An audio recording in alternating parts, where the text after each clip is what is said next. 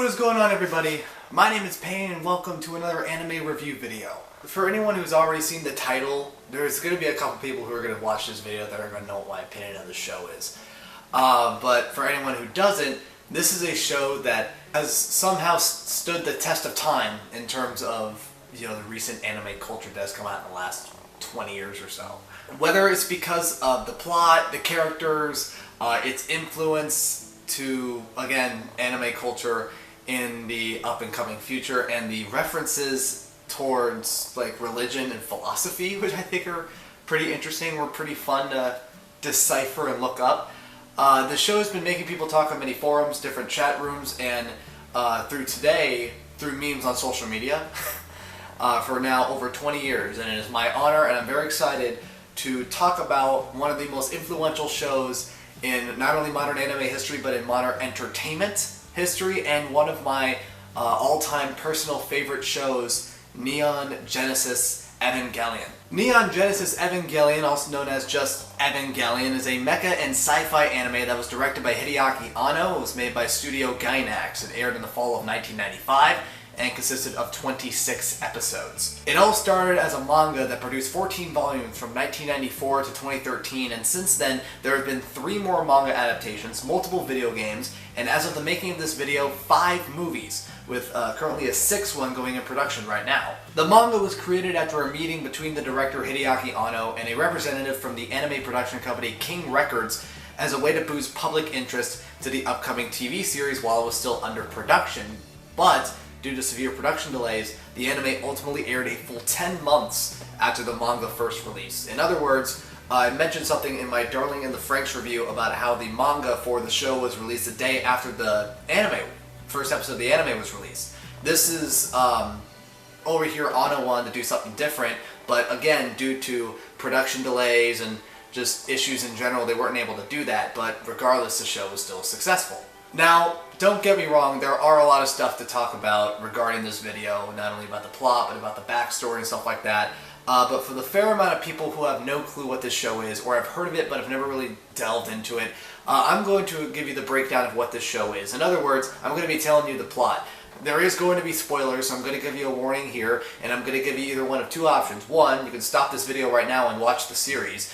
Or 2, you can skip to this point where I stop talking about the plot, and I get to some of the background stuff, where I'll try to be, I'll try to not say any spoilers at that point. So the story begins in the year 2015, 15 years after a global cataclysm known as the Second Impact, and follows a kid by the name of Shinji Ikari, who is summoned to the futuristic city of Tokyo 3 by his estranged father Gendo Ikari, who is a director of the special paramilitary force NERV, whose job is to fight against angels, a race of giant monstrous beings whose awakening was foretold by the Dead Sea Scrolls. Because of the angels' near impenetrable force fields, or in this case we're going to call them AT fields, NERV's giant Evangelion biomachines, synchronized to the nervous systems of their pilots and possessing their own AT fields, are the only weapons capable of keeping the angels from annihilating humanity. Shinji is escorted by a NERV officer named Masato Katsuragi into the NERV complex beneath the city, where his father pressures him into piloting the Evangelion Unit 1 against an angel, saying that if he doesn't, another pilot who's been badly injured in an incident prior to Shinji's arrival would have to pilot it, guilt-tripping Shinji into piloting Unit 1. But without training, Shinji is quickly overwhelmed in the battle, causing the Evangelion to go berserk and savagely kill the angel on its own. In other words, it had a mind of its own and just broke its bones, ate all its guts, all that nice stuff. After Shinji got out of the hospital, he moved in with Masato in her apartment, trying to get used to life in Tokyo 3. And that the NERV crew and Shinji must then battle and defeat the remaining 14 angels in order to prevent the Third Impact, which is another global cataclysm that has the chance of destroying the world, and it was a way bigger than the Second Impact that happened 15 years earlier. After a couple of episodes of him fighting the angels, Evangelion Unit 0 is repaired shortly afterwards, and Shinji tries to befriend its pilot, a mysterious, socially isolated girl named Rei Ayanami, who was the injured pilot that would have been out there fighting if Shinji said no originally. And with Rei's help, Shinji defeats another angel. And then they are joined by the pilot of Evangelion Unit 2, which is the multi-talented but insufferable Ray of Sunshine, known as Asuka Soryu Langley, or Asuka Langley Soryu, whichever way you call her. It depends on where you look. She is the nicest person in this entire show, by far.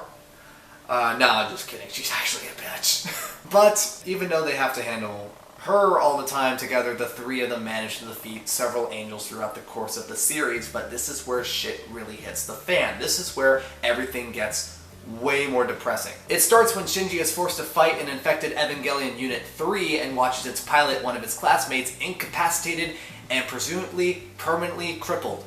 Well, that's a good start.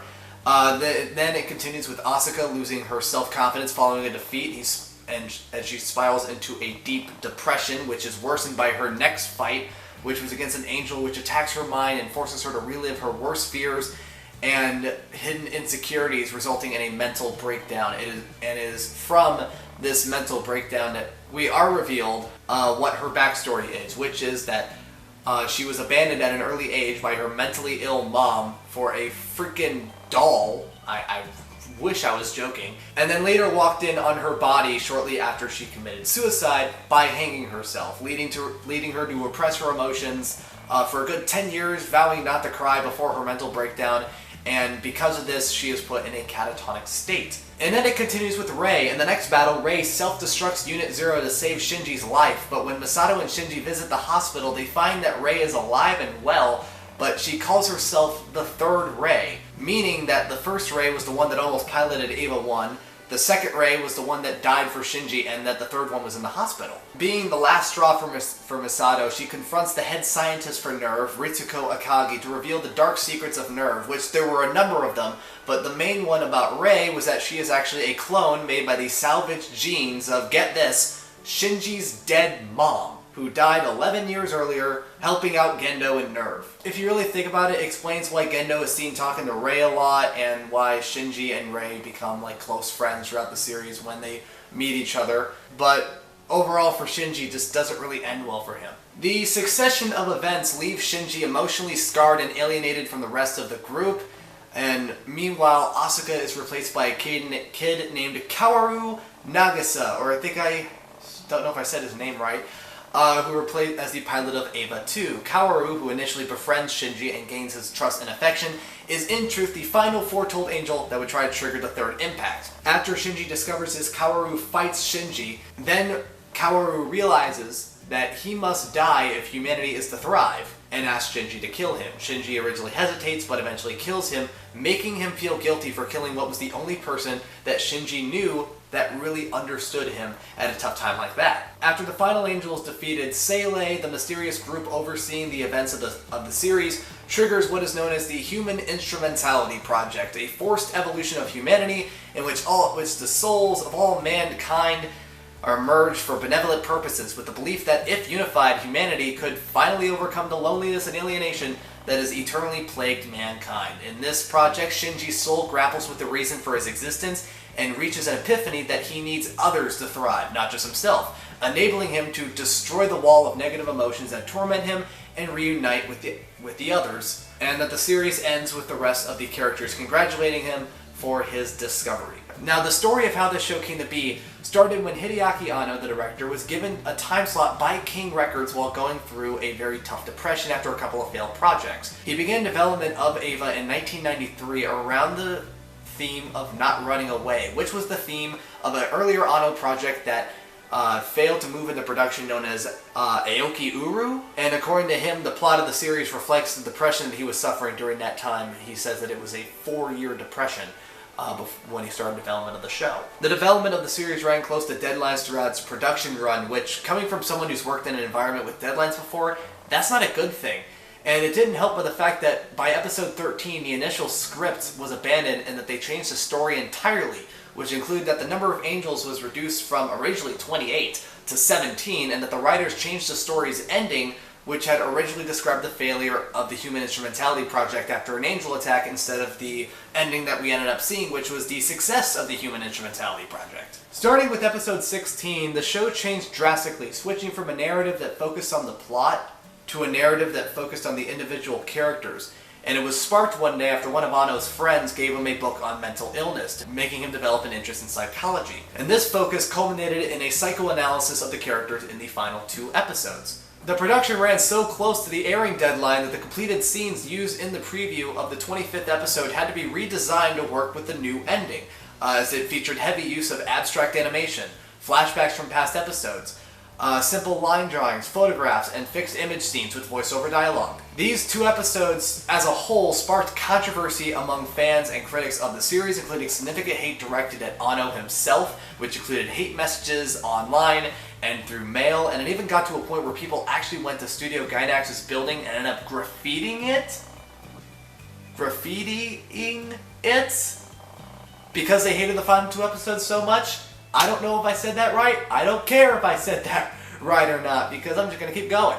In 1997, Hideaki Anno and Studio Gainax responded by releasing 2 animated feature films, providing an alternative ending for the show. They released Death and Rebirth and The End of Evangelion, which in this situation would be seen as an accolade towards Anno, Gainax, and the show itself for 2 main reasons. First, it meant that the show was watched by a lot of people in Japan at the time, if it garnered a lot of attention like that, which leads me to the second reason, which starts off with a question that I want to ask you guys. Has there ever been a really good show that, while it was on, had a lot of people talking about it, that had an ending that everyone liked? No. No, there hasn't. How I see it, the reason why people don't like an ending to a show is because the viewer attaches to the characters of the show. Whether if it's a couple of shows that pop up in my head, answers from shows like The Office or Parks and Rec, because I know a lot of people that watched the show at the time, loves the show, and in some cases still watch the show even though the series is over. But in this case, not only do people like the characters of the show, they also like the plot of the show as well, which would make sense that people didn't like the fact that towards the final couple episodes that it switched from a action show, like a mecha science fiction show, to a lesson on psychology that I should really be waiting till college for. In other words, the ending just proves the point that this show was huge at that time, in late 95, early 96, because at that time anime was in a slump, and really there was only a couple of shows that everyone really knew, and this was one of the top shows that people who watch anime in the underground really watch. This helped bring it up from that position. There's also a couple of key themes in the show that are major parts of what gives this show such staying power after so long. The first is that there were some religious themes in the show, specifically towards Christianity and Judaism, with references to stuff like Adam and Eve, Lilith, the Dead Sea Scrolls, Book of Genesis, and the Lands of Longinus. And what makes these references intriguing to dive into is that while the assistant director of Evangelion, Kazuya Tsurumaki, said that they have no meaning and that they were just put there to make the show more unique and cool compared to other mecha shows, Anno says something completely different, saying that the references on their own have no meaning, but if you put them together, there is a hidden meaning to it.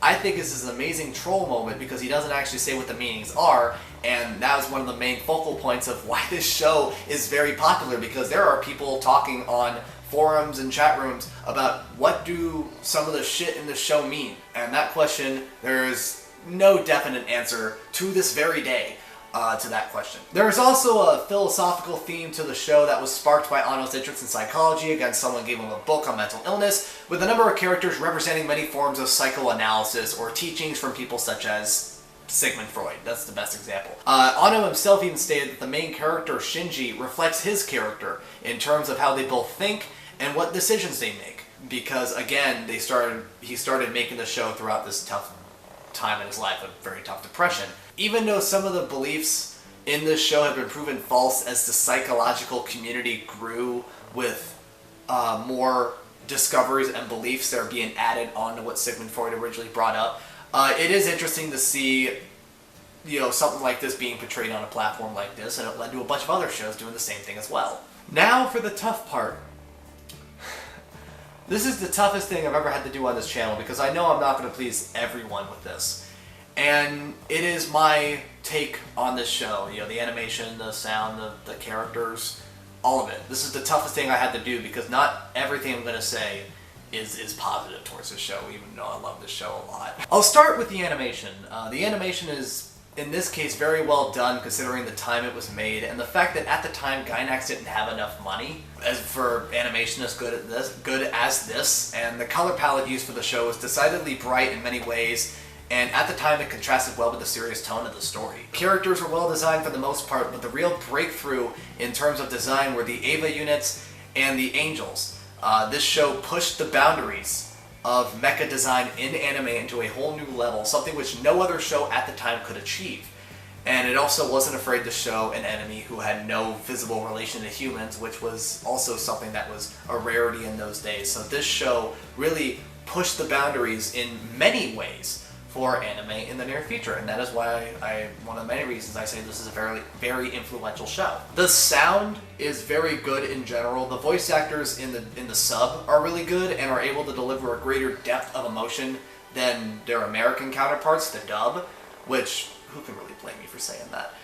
The effects are also quite good, but they never really stood out that much, partly because of the overwhelming visuals and that some of the shots were generally stock effects, and that the music is generally good throughout the show with a mixture of classical music and, you know, other styles scattered here and there to really make the tone more like effective towards the viewer.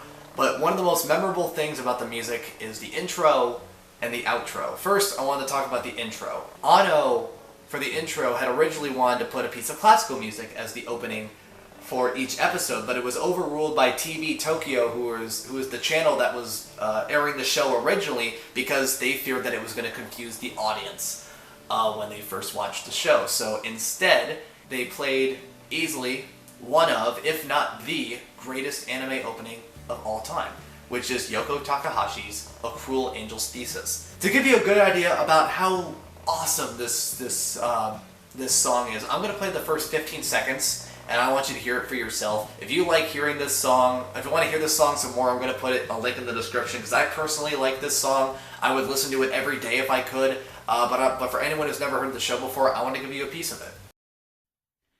残酷な天使のように少年よ神話にな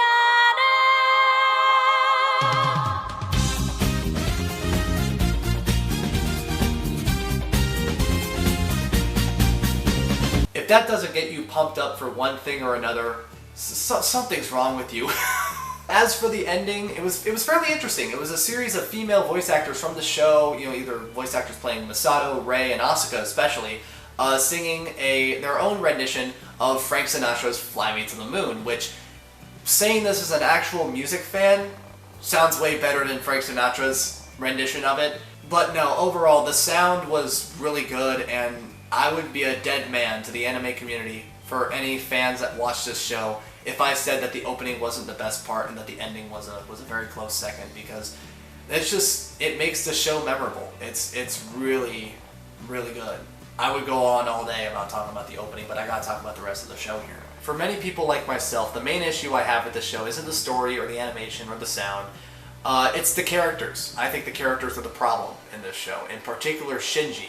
In creating him, Anno and the rest of the production team lost focus on the other characters. He's not your typical hero in that, you know, he isn't courageous or handsome or intelligent. In fact, he actually sees himself as worthless. And that the issue I have is that the show focuses far too much on him, almost to the extent where the other characters are simply plot devices for his development, and that there's not enough development for the characters around him. That's not to say Shinji is a bad character. He's not. I can see why he's very iconic, and I can see why people like him a lot, but, you know, the problem is one can only handle the amount of depression that comes out of this kid's mouth that it's only a matter of time before you want to do something about it. It wasn't that I didn't understand what he was going through. It's just that they failed to depict him as an object of pity, and that instead he came across as someone who's just whining. You know, he's a self-pitying, attention-seeking, and generally loathsome person, and I can't really blame him for acting that way.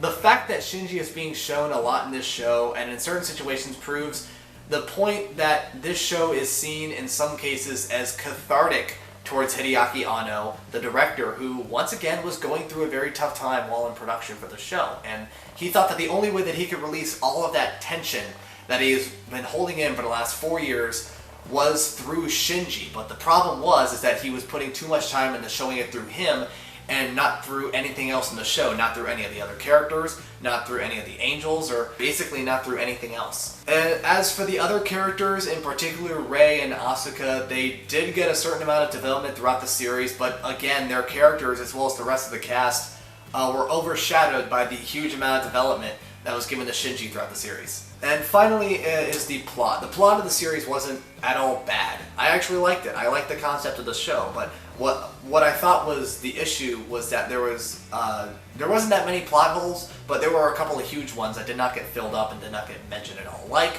for example, why are only teenagers piloting Evas instead of like military trained soldiers or combat veterans piloting it? Or why wasn't Gendo making Shinji take meds to help with his obvious mental issues? Or did they actually intentionally do it to show how big of a candidate Gendo is for Father of the Year? It's just they never really mentioned it. They never mentioned anything about medication. They just put him in the hospital and they just brought him right back out there.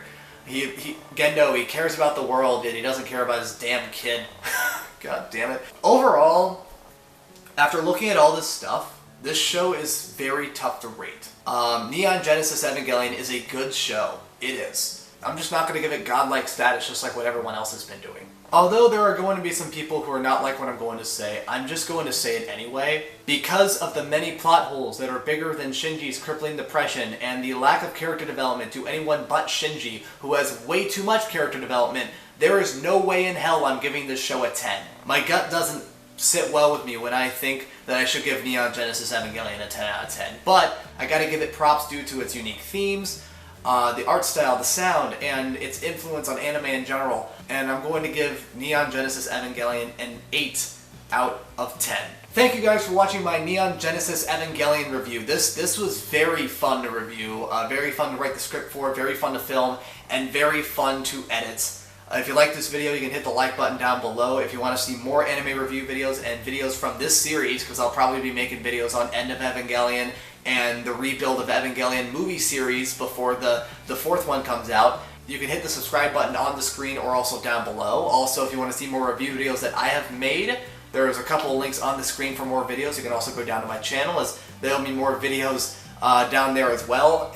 Also, if you have any suggestions for shows that I can review in the future, you can leave them down in the comments down below. And once again, guys, my name is Payne, and I'll see you in the next anime review video.